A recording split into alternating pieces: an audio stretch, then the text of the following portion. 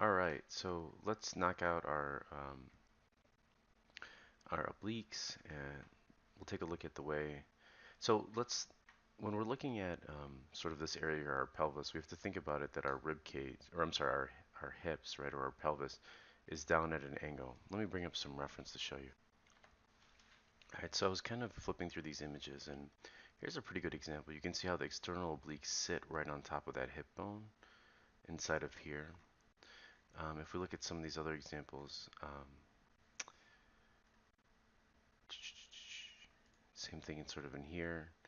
A lot of these are sort of these idealized human beings, right? Like look how tiny his torso is, but how long his legs are. It's more of a heroic body type.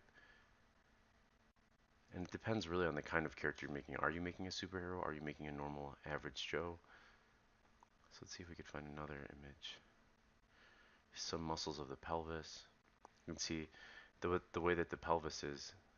Again, it's down at an angle. So let's go ahead and add those external obliques. And so what we're doing is we're looking at it from this angle here, right? So it's coming down at an angle like this, and then it connects underneath and almost lines up with those two, um, to the center of those two bottom abs, right? So something like this. And all you're going to do is we're going to um, block that in, and then with our move tool, because it's going to get a little wide by depending on how much clay we add, we're going to go fatter to thinner into a teardrop shape leading into just the crevice above the butt. So something like this.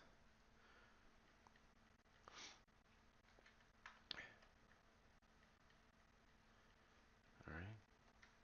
And with Damien's standard, we can go in and further refine that area like this. There we go. All right. So once we have that, you'll have your external obliques. And we can go in with our move tool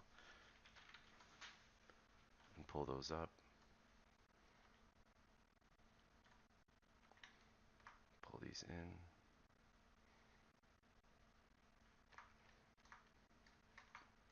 And then I'm going to hold shift and just smooth that out a little bit. And then what we'll do in the next video, we'll work a little bit more on the rib cage and start flushing out the back.